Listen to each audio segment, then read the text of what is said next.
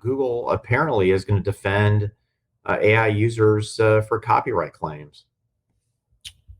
Yep, it's all you. But if you want Oh, me to, how about, oh my gosh, you gave that one to you want me. me to? I took, no, no, no, no, no. So, as we've seen with Microsoft, and we saw, I think it was really highlighted with IBM, the need to defend or indemnify folks for copyright claims against their large language models is a big deal. Particularly if you look at OpenAI and even Bard and even AWS Titan embedded models, there is no white paper that says what the sources are. Okay. And I think this is less about companies being nefarious, but more about its intellectual property, is you don't really know what's going in there. So the one way to just cut through all that is to indemnify and or defend from copyright claims on that data. So Google has, bellied up to the bar. I haven't done the deep analysis to compare and contrast each one of the companies, but I think on the last podcast we all agreed that this is just going to be the way things can go, right? You want to scare particularly enterprise users and scare them off your products. Come and do something different. And I kind of love this new competitiveness. First it was open models versus all closed models. And everybody's like, yeah, we did a combination of the two.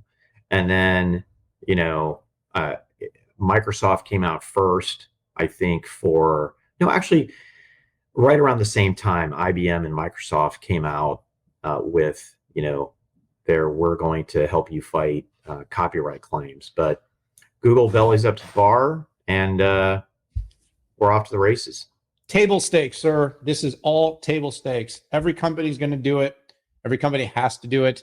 Companies will try to find some differentiation on their approach of how they do it. For instance, Google is saying that it really is focusing on both sides of the claim, meaning that technology that's built with Vertex, they will support that, as well as things that are created using software such as its Duet or an image creator.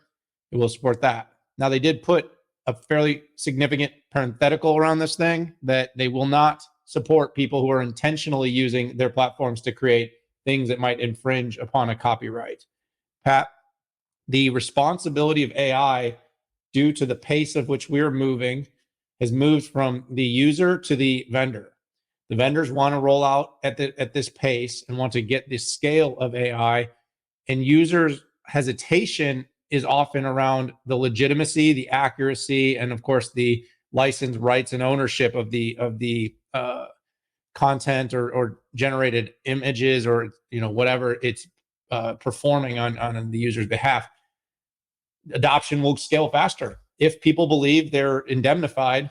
Then the business, the use, and the spend will grow more quickly. But I just don't see a situation. I do not see a world in which the companies that have substantial AI generative capabilities. So we've heard from Microsoft, we've heard from IBM, we've heard from Adobe, we hear from Google now. This will continue. Not the last, not the last, not the last.